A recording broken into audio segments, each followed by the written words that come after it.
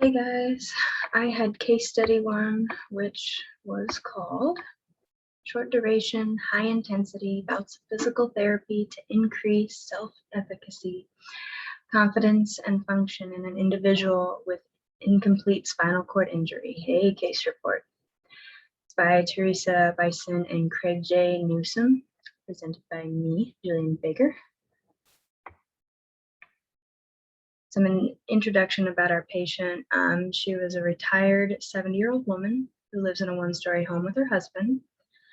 She was previously active in her community before her injury, which was an incomplete fracture of the C5 and C6 vertebra.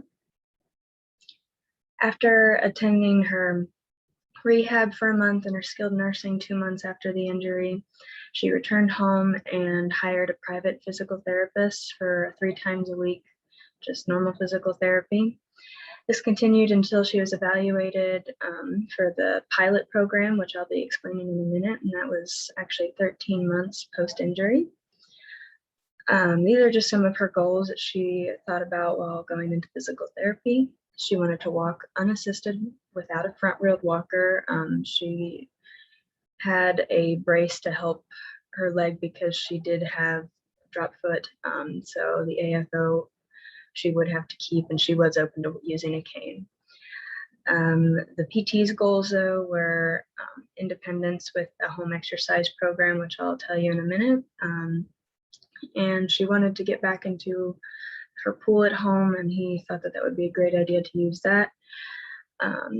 They wanted to increase gait velocity, decrease her tug time, and increase the 6-minute walk test score. And then upon starting program, the patient required minimal assistance with her ADLs, so she was able to do a lot of stuff around the home, but she was still very weak and had trouble with a few different things.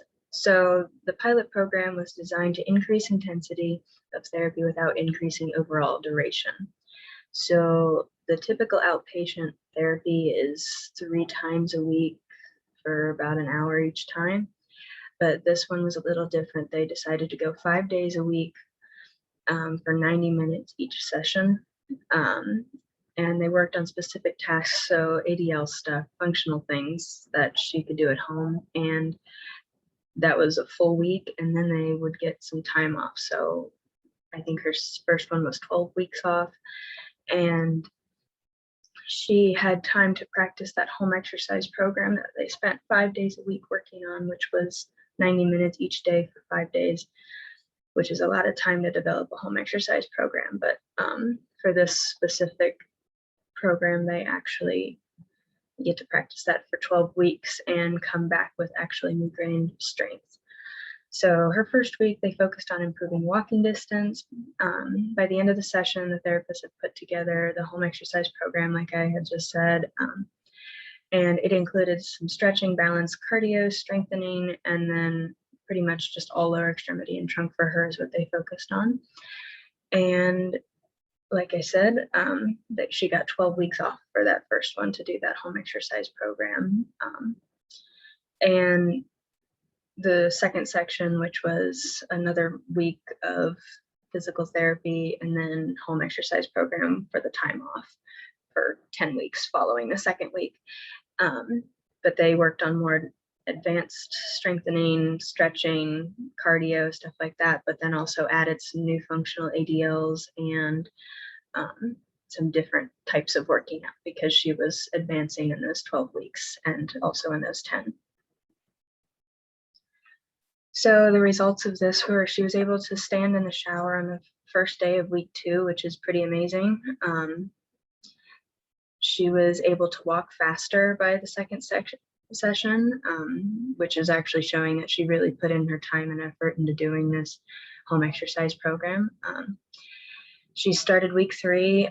She could get off the floor easily by herself, which is a lot of focus on if she were to fall, then is she able to get back up and or call 911 for help. They did decrease the tug time by 10.8 seconds, and they increased the general mobility, and then they increased the gait speed by 0.33 meters a second. The conclusions of this, the pilot program assesses functional improvement in activity-based measures. And then the patient is feeling more confident and functional by herself. She actually wanted to discontinue her 3-day-a-week physical therapy that wasn't part of the pilot program because she was feeling more confident and she could actually do things by herself. And with all the improvements, she actually was excelling. She was able to independently complete ADLs, which is really amazing for a spinal cord injury, even if it is an incomplete one. But she was doing things by herself and not requiring as much help from her husband. So my thoughts on this were, like I said, it was pretty amazing to watch her go from a spinal cord injury to pretty much completing everything that she needs to by herself. But if she had been somebody that wasn't used to working out at home, she may have had trouble doing things on her own and pushing herself to keep up with the home exercise program. She may have been like, it doesn't feel good, it hurts, I don't feel like it, which she wouldn't have made the same amount of gains and stuff that she did.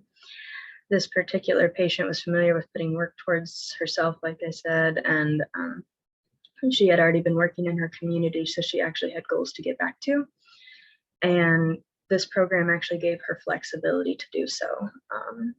So instead of having a specific time cut out for her physical therapy, she actually was able to do things that she needed to in the morning, or she could wake up and do it if she wanted to.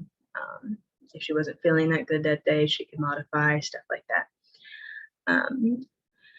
This did put an emphasis on the patient doing things on their own time and being more independent, which actually helps her in the future if she needs to do this throughout her life.